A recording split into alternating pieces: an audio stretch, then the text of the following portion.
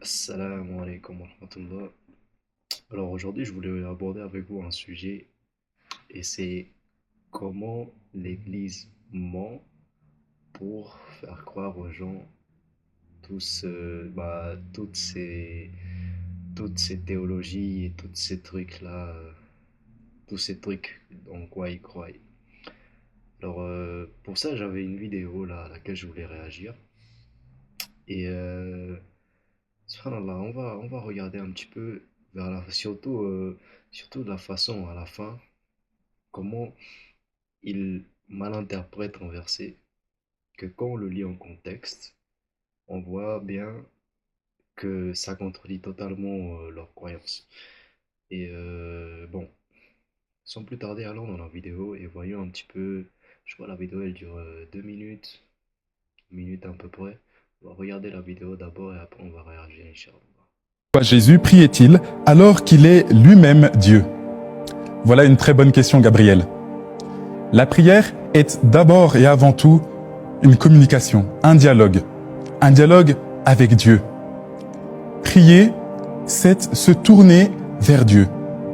Mais le propre de ta question est une question importante. C'est que Jésus lui-même est Dieu. Dieu est Trinité. Il est relation entre le Père, le Fils et l'Esprit Saint.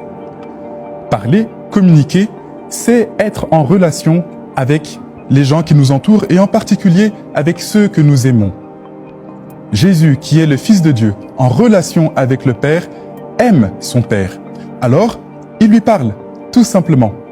Il lui parle et dans cette communication, il y a quelque chose qui se donne et quelque chose qui se reçoit. Le Christ est médiateur de l'humanité pour nous. Il offre au Père toute la vie qu'il mène humainement sur la terre. Mais cela n'est pas seulement le fait de la vie sur terre.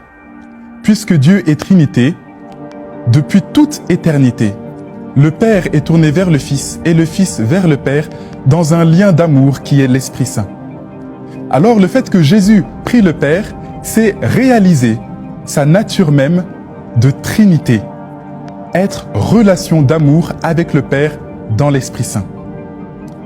La prière, le Seigneur nous invite à faire comme lui, notamment en Jean 17, lorsqu'il nous invite à être unis à lui, unis les uns et les autres, comme il est lui-même uni au Père. Qu'il soit un comme toi et moi, Père, nous sommes un.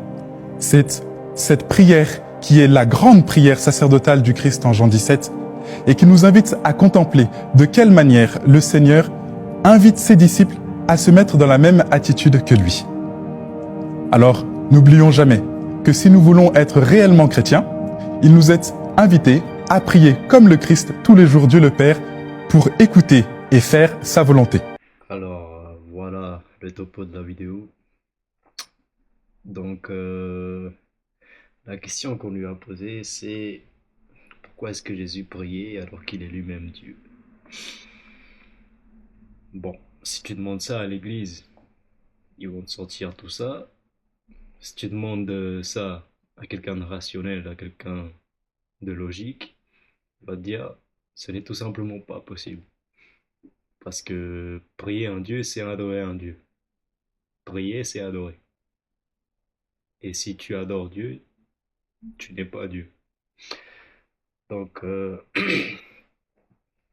moi maintenant, cette vidéo-là, c'est la preuve irréfutable dans l'une des raisons de pourquoi le christianisme est en train de se vider aujourd'hui.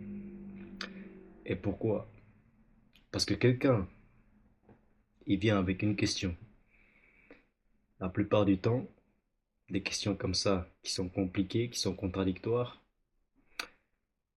il vient, puis après le prêtre, il part dans un monologue pendant 10 minutes, et il dit, ah, mais en fait, Adam est le péché originel, et Jonas dans le ventre de la baleine, puis le veau d'or, puis les enfants d'Israël, puis ça, et pendant 10 minutes, il te parle, et à la fin, ils te disent, du coup, voilà ta réponse.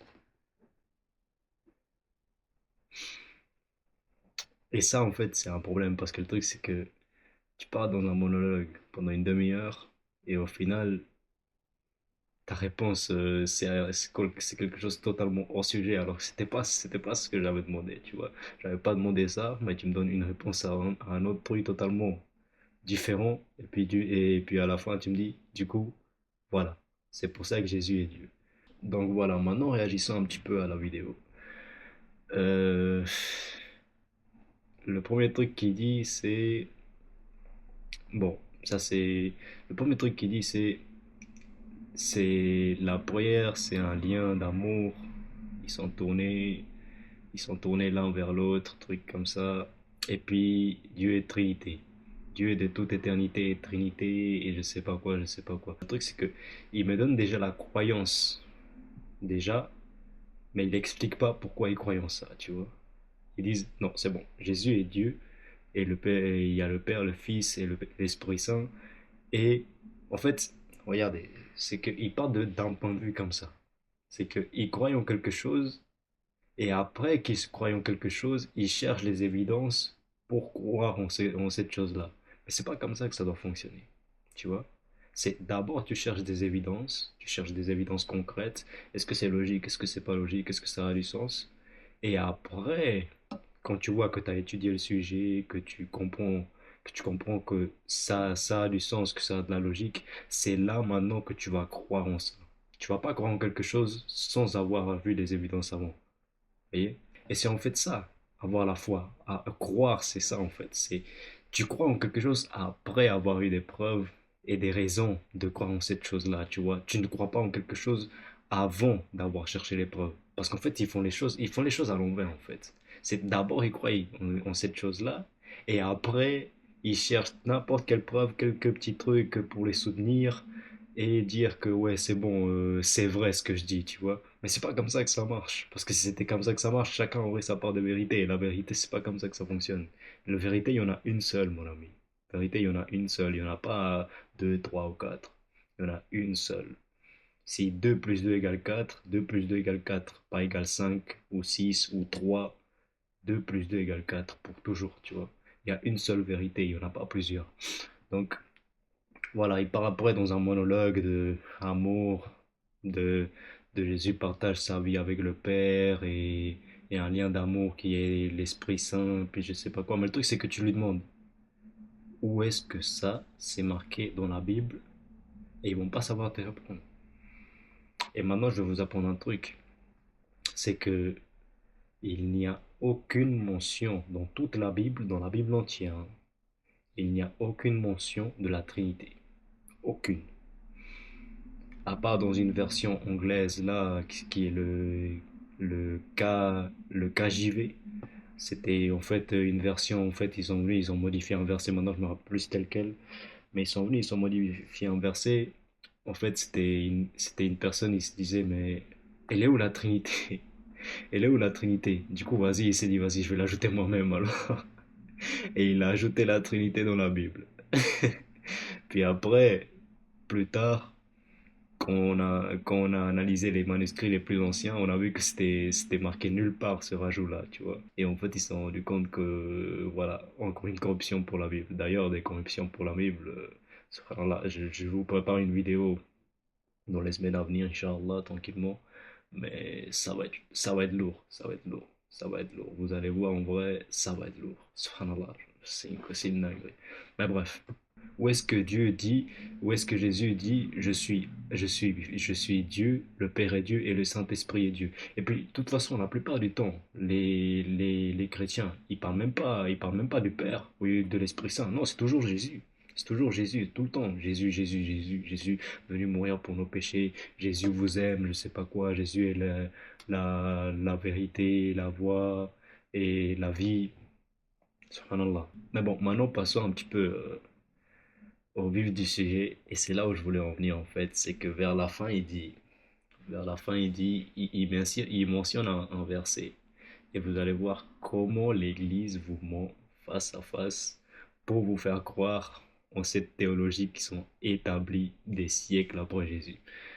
Donc, il vient et il cite un verset qui est Jean 17, qui est dans Jean 17, 20, il me semble, Jean 17, 20. où Jésus il vient, il dit que qu'ils soient un comme toi et moi nous sommes un. Mais le truc c'est que tu ouvres Jean 17, 20, et puis tu lis après le 21. Tu lis après le 21, et Jésus il dit qu'ils soient eux un en moi, en nous, qu'ils soient eux un en nous, tout comme toi et moi nous sommes un. Ça veut dire que de la même façon que Jésus et Dieu sont un, nous on va être un en eux, pas entre nous, pas genre une communauté solidaire, non, en eux. Tout comme eux ils sont un, nous aussi on va être un avec eux. Donc est-ce que dans cette logique-là, on est tous Dieu? Donc qu'est-ce qu'il veut dire Jésus par qu'ils soient un en nous, comme, tout comme toi et moi nous sommes un? C'est en propos, en propos, en mission. Ça veut dire que ils ont une mission ensemble et ils sont tous ensemble dans cette mission, tu vois. Donc il était venu pour les brebis perdues de l'état des enfants d'Israël. Et voilà, c'est en ça qu'ils sont un. C'est en ça qu'ils sont un, unis en propos, tu vois. Maintenant, si le Père et le Fils sont un, parce que le truc c'est qu'ils aiment bien beaucoup dire, c'est euh, c'est Jean 10, verset 30. Parce qu'il y a un verset où Jésus, paix soit sur lui, il dit que moi et le Père sommes un. Moi et le Père sommes un. Et du coup, ils aiment bien ramener ce verset-là, tu vois. Ils aiment bien ramener ce verset-là pour dire, tu vois, je te l'avais dit. Jésus, il est en train de dire qu'il est un avec le Père, ça veut dire qu'au fait, il est Dieu. Mais le truc, c'est que tu lis le verset, tu vois. Tu lis le verset, imaginons que tu es juste en train de lire la Bible, mais tu connais pas la théologie du christianisme. Tu te dis pas, tu sais pas qu'il y a une trinité, en fait. À aucun moment, tu vas croire que Jésus, il est en train de dire qu'il est Dieu, là. Tu vois. Allons dans le verset, tu vois. Allons dans le verset. Jésus, qu'est-ce qu'il dit? Jésus il dit, en fait, les rabbins, ils lui demandent, pendant combien de temps est-ce que tu vas nous garder en suspens? Dis-nous clairement, est-ce que tu es le Messie ou pas? Donc, il lui demande directement, est-ce que tu es le Messie? Et Jésus, il vient, il leur répond, je vous l'ai dit, mais vous ne voulez pas me croire, parce que vous ne faites pas partie de mes brebis. Mes brebis, ils écoutent ma voix et je les reconnais. Le Père me les a donnés dans la main et personne ne pourrait me les enlever de ma main. Ils sont dans la main de mon Père et personne ne pourra les enlever de la main de mon Père. Moi et le Père sommes un. Et après, le truc, c'est que, justement, les rabbins, ils comprennent ce que les chrétiens, ils comprennent aujourd'hui, tu vois. Mais on va en venir par étape, par étape. Donc là, qu'est-ce qu'il est en train de dire? Il est un en propos. Les brebis, ils sont dans la main de Jésus, ils sont dans la main du Père, tu vois. Ça veut dire ils sont un ensemble en propos, ils sont un ensemble en mission, tu vois. Le truc, c'est que les rabbins, ils ont compris, comme les chrétiens, ils ont compris aujourd'hui, qu'il était en train de dire qu'il était Dieu. Enfin, ils ont compris, ils savaient très bien ce qu'il voulait dire, ils savaient très bien ce qu'il voulait dire, mais ils ont utilisé ça comme excuse parce qu'en fait, ils avaient envie de supprimer Jésus depuis longtemps. Ils avaient envie de le supprimer depuis longtemps et du coup, ils ont pris ça comme excuse. Mais du coup, ils sont venus, ils ont commencé à le lapider et après, Jésus, il leur demande, pour laquelle de mes bonnes actions que j'ai fait au nom du Père, est-ce que vous êtes en train de me lapider? Et les rabbins, ils répondent, nous ne te lapidons pas parce que pour tes bonnes actions, mais nous te lapidons parce que tu es un simple homme en train de dire, en train de te prendre pour Dieu. Et après, Jésus, il leur répond. Jésus, il leur répond en citant les psaumes. Et il vient, il leur dit, n'est-il pas dit dans vos écritures, dans vos propres écritures à vous, que vous êtes des dieux, et vous voulez me lapider à moi simplement, seulement, parce que je dis que je suis le Fils de Dieu, tu vois? Tu vois, et en fait, c'est drôle, parce que le truc, c'est que ils viennent, ils prennent le verset totalement hors contexte, et ils viennent, ils appliquent leur théologie et leur chrétienté dedans. Et ils croient que là, c'est bon. C'est dit dans la Bible. La Bible me soutient. Mais la Bible ne te soutient pas du tout. La Bible ne te soutient pas du tout. La Bible, elle va à l'encontre de la théologie chrétienne, tu vois. Voilà. Donc, pour revenir au verset. Et d'ailleurs, là, tu as vu, j'ai pris une petite parenthèse, tu vois. J'ai pris une petite parenthèse pour vous expliquer un autre verset. Mais je vous ai expliqué le verset par étapes, tu vois. Je vous ai expliqué le verset par étapes, sans sauter, ni rien du tout. J'ai juste pris le verset en contexte. Mais à l'église, ils feront pas ça. Ils feront jamais ça. Parce que le truc, c'est que le but de l'église, c'est prendre des petits versets qui soutiennent, qui soutiennent leurs propos. Et voilà, genre pas de contexte, rien. Parce qu'ils savent très bien que s'ils te donnent le contexte, il va y avoir des doutes qui vont commencer à sortir. Ils savent très bien. Mais du coup, voilà. Donc, pour revenir au verset, comme je vous disais, j'ai pris une petite parenthèse, je vous ai très bien expliqué, tu vois. Maintenant, pour revenir à la vidéo, il disait, euh, il disait du coup que ils soient tous un comme nous sommes un, tu vois. Donc, j'ai pris cette petite parenthèse là pour vous expliquer un petit peu mieux. Et en fait, là maintenant, on voit très bien, très très clairement, vous voyez, très facile, très très clair comment Jésus est juste en train de dire qu'ils sont un en propos et il n'est en aucun cas en train de dire qu'il est Dieu. Tu vois? Et comme je vous ai dit, si vous prenez la Bible juste en train de le lire, sans connaître la théologie chrétienne, jamais, à aucun moment, vous allez croire qu'il est en train de dire qu'il est Dieu. À aucun moment. Vous voyez? Ça, voilà, c'était un petit peu ce que je voulais vous montrer par rapport à l'Église. Ce qui viennent, ils vous sortent des versets totalement en contexte et ils vous expliquent pas la suite, tu vois. Mais le truc, c'est que ce qui vous explique pas non plus, un truc qui vous explique pas non plus, c'est comment en fait Jésus, il pratiquait comme un musulman. Par exemple, si on va dans Exode 40, il me semble, je vais juste, je cherche juste le verset. Euh, Exode 40, verset 30. Dans Exode 40, verset 30. Alors, dans Exode 40, verset 30, Moïse y vient. Alors, je vais juste lire le verset parce que je l'ai pas par cœur. Alors, il plaça la cuve entre la tente d'assignation et l'autel, et il y mit de l'eau pour les ablutions. Moïse et Aaron et ses fils s'y lavèrent les mains et les pieds. Voilà, on peut continuer de lire si vous voulez, hein. Lorsqu'ils entrèrent dans la tente d'assignation et qu'ils s'approchèrent de l'autel, ils se lavèrent comme l'Éternel l'avait ordonné à Moïse. Alors maintenant, moi j'ai une question. Vous voyez, quelle religion fait des ablutions avant d'aller prier? Les mains et les pieds. Qui? Tu vois? Ça, ils vont jamais vous le sortir à l'église. Ils vont jamais vous le sortir à l'église. Jamais. Parce que tout, c'est que eux-mêmes, ils le font pas. Tu vois? Et tu vas commencer à te questionner, mais attends, mais si il faut se laver un petit peu avant de prier? Si, si, par je sais pas quel miracle t'arrives à entendre parler d'islam et que nous aussi on fait des ablutions, tu vas arriver à la conclusion, mais attends, et c'est qui ces gens-là qui font comme nous? Enfin, qui font comme nous, non, qui font comme ils devraient le faire, tu vois, et alors que nous on le fait pas, tu vois. Mais c'est pas tout. Dans Marc chapitre 1, verset 35, Jésus, il se lève très tôt le matin, très tôt le matin, très tôt le matin, pendant qu'il faisait encore nuit, et il allait prier. Qui prie à 5 heures du matin? Voilà, les musulmans. Contrairement aux chrétiens, dimanche c'est bon. Dimanche c'est bon. Mais de toute façon, c'est quand tu penses un petit peu, genre, il n'y a aucun mal qu'ils fassent ça. Parce que si Jésus il est mort pour leur péché, tu vois. Si Jésus il est mort pour leur péché, alors c'est bon, tu vois. Il n'y a plus rien à faire, il n'y a plus besoin de rien faire. Et ils vont venir te contredire, non, mais en fait, tu dois quand même faire un maximum. Mais en fait, tu es en train de contredire ta théologie. Ta théologie, elle a dit non, il faut pas suivre la loi.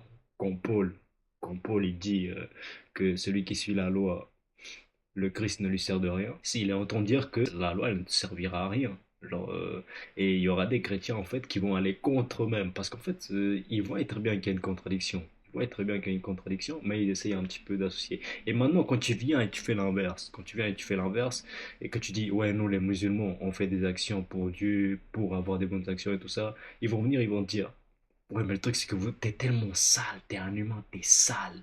Tes actions, elles servent à rien. Comment tu veux que tes actions, elles atteignent le... Tu vois, ils se contredisent. Ils se contredisent. Peu importe l'argument que tu prennes, en fait, l'argument, genre leur théologie, elle est contradictoire, peu importe l'argument et la place que tu prennes, ils vont te contredire, tu vois. Parce que ça se contredit, genre c'est interne, ça se contredit, c'est contradictoire, c'est internement contradictoire. Mais bon, revenons maintenant au verset de la Bible, parce qu'en fait, c'est ce que j'ai envie de vous montrer un petit peu, c'est comment, genre, la Bible elle vous contredit littéralement. C'est aussi Jésus, en fait, restons un petit peu sur Jésus, dans Matthieu, attends, il faut que le verset me revienne là, Matthieu 26, 39, Matthieu 26, 39, Jésus est allé un petit peu plus loin, et il se prosternait face contre terre. Qui prie face contre terre, s'il vous plaît? Donc voilà, le truc c'est que la Bible eux-mêmes, ils la suivent pas, tu vois. Ils suivent pas Jésus, en fait ils suivent Paul, ils suivent ce que Paul a dit, tu vois. C'est ça ce qu'ils suivent. Paul qui est venu, il a eu une vision où personne n'a été témoin, il a vu Jésus étant lumière, mais lui en fait lui-même dans ses lettres il dit que le démon il peut venir en forme de lumière pour vous égarer. En fait, on pourquoi? Le truc c'est que ce frère-là, genre, tu ne peux pas être chrétien et dire que tu suis Jésus, ou tu ne peux pas être chrétien et avoir lu la Bible. C'est juste pas possible. C'est juste pas possible. Parce que tout ce que tu vas voir qu'en fait, plus tu vas la lire, plus tu vas te dire, mais attends, mais c'est pas ce qu'on m'enseigne à l'église, tu vois.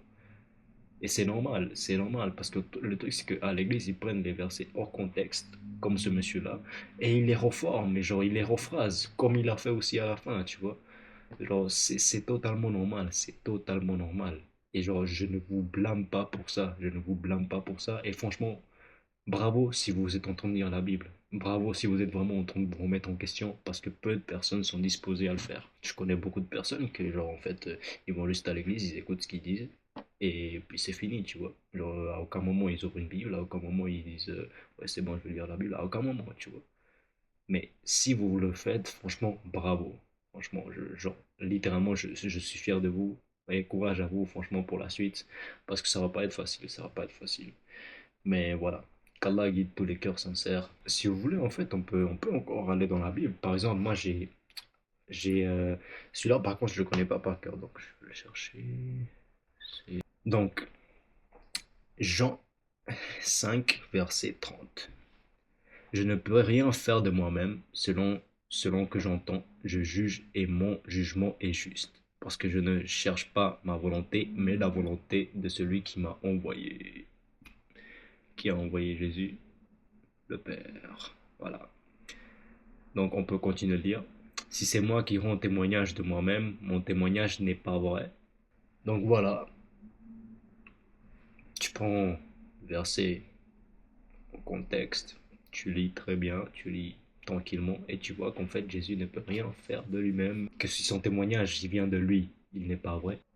Donc sur ça, je vous laisse sur ça, t'as vu, c'est un petit peu le dernier verset que je vais ramener parce que je suis pas venu aujourd'hui non plus pour détruire le christianisme, même si on pourrait très facilement, hein. Mais sur ça, je vous laisse tenir vos conclusions. Voilà, je vous laisse réfléchir un petit peu. Et bon, sinon, pour voilà, on a fait le tour, hein. On a fait le tour un petit peu. Il y a encore d'autres versets que je pourrais très bien vous sortir, hein, mais comme je vous dis, je suis pas venu aujourd'hui pour, euh, pour détruire le christianisme. En plus, on est un petit peu enrhumé. Alhamdulillah. Alhamdulillah, on est un petit peu enrhumé, mais on est quand même venu au front. Mais voilà, alhamdulillah, on est venu quand même. Et voilà, on a fait un petit peu le point sur ce que je voulais dire en tout cas. Donc voilà. Euh, je, je, je, je planifie à faire une vidéo, mais je pourrais pas la poster sur TikTok celle-là.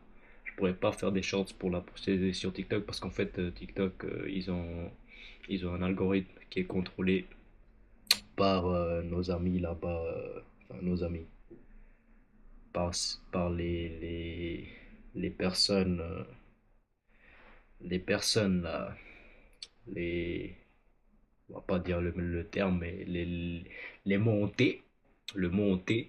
Donc voilà, je prépare une vidéo là-bas sur YouTube, Inch'Allah. Donc sur ça, justement, on va regarder un petit peu l'histoire de la terre promise à Abraham et tout ça.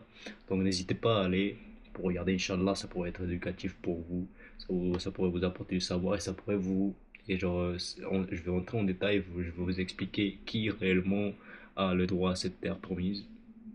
Donc je vais pas pouvoir la poster sur TikTok parce que voilà, comme je vous dis, l'algorithme il est contrôlé. Je vais juste me faire shadowban et kick. Donc voilà,